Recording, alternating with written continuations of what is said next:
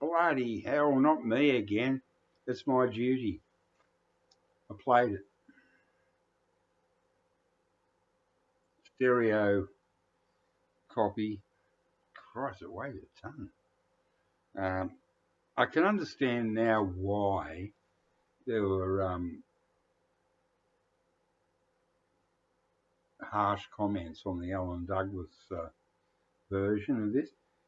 Look, it has its good points. If you want to hear every single note recorded on this brilliant album, Axis Bowlers Love, everything, farts, people having a piss in the toilets, eating packets of chips, blah blah, so on and so forth, and the neighbours going, "Don't park your car in front of my driveway." This is the album for you because it's got every single sound recorded during this recording. It has its good points in that when you're on a train back in the early 90s where everyone had just got mobile phones and you're trying to read the New Musical Express or Rolling Stone and suddenly you'll hear, "Hi, I'm on the train." And then someone else goes, "Hi, I'm on the train. I saw Tom on the weekend and he's got a big wart on his nose. It wasn't there before. And hi, I'm just on the way to work and I'm on the 33rd floor of 32 floor building." What? Yeah, so it drowned out the filth, the muck of the plebs. But I can see the point of why this is. Oh, look, this is not a go-to. It's got every single sound that they recorded on this, but there are a few poor choices here. There's a couple of bits where it actually drops out, where the guy's gone, "Oh shit, I should have done that." So yeah, I can get it, but there are bits on this that you won't hear on the more on the other versions. So yeah, I love this album so much that I just got to hear it all. So yeah, that's a quick one, but yeah, I don't recommend that one. Stick with the the recommended releases. Like I said, I only use this with a Discman in the train to drown out the the inane chatter and blabber on the train. Unfortunately, you couldn't block out the stench of their failed farts and bad breath. But yeah, so look, it's all right. There's some bits on there that you just go, "Whoa," but yeah, it's a bit of a, it's it's not the noise. It's not a noise wars one. Thank God for that. It is not that. It's very clear. It's clarity, but there's too much clarity, and I don't mean in that horrible digital CD type clarity. That's not it.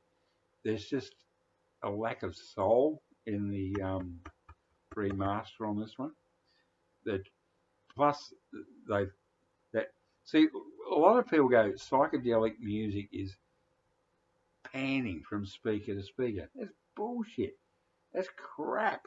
I just listened to my cassette today of my mono original Pepper, and it knocked my socks off. I haven't played it for 2 years, and especially on the last two tracks on side two.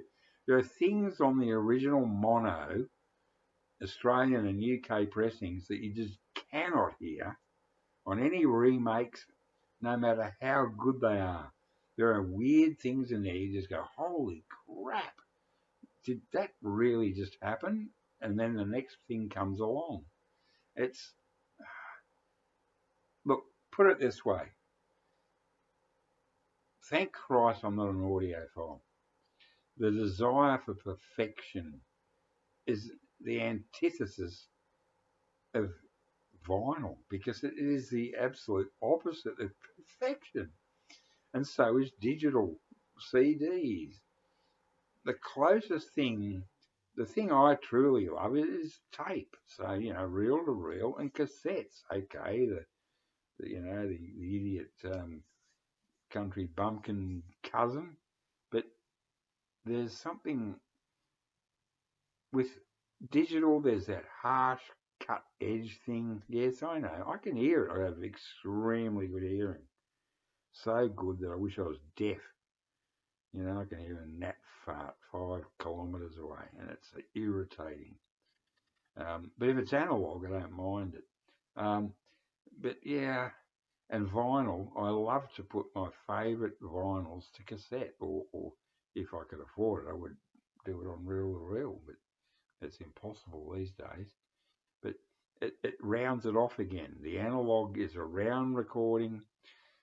It goes onto vinyl, and then the needle in the groove adds a sharpness to it. I can hear it. I'm not crazy. I'm not that crazy, but I'm completely and utterly normal. And isn't that right, Mr. Well, you don't want to know who's sitting there, Putin. Well, he's a friend of mine. He's popped down for the weekend.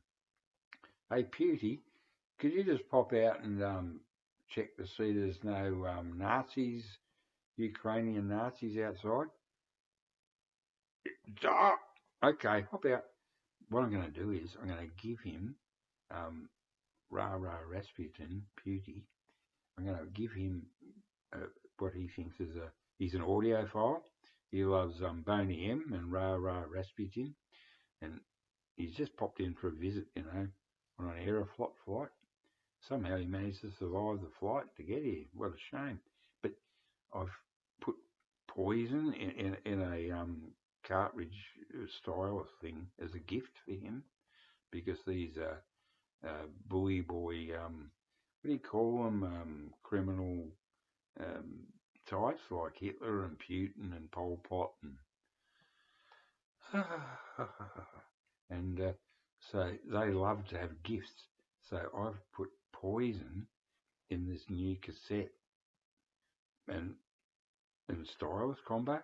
So when he flies back on the Aeroflot flight, it goes a bit like this.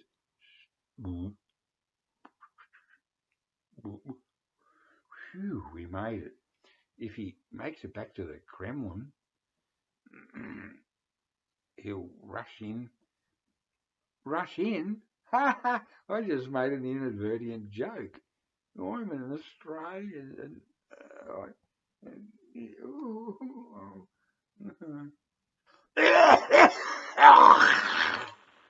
I will eat your soul, Putin. Yeah. So when Pewty gets back to his mansion, about 500 feet underground, he'll put on Rah Rah Rasputin by Boney M or whoever it was. And Charlene, I've Never Been to Me. I'll give him the 12-inch remix.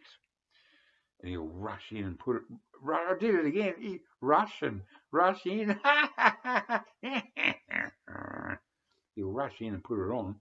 And the minute he puts it on, there'll be a poison gas comes out and he'll be dead. And everything will be all right in the world.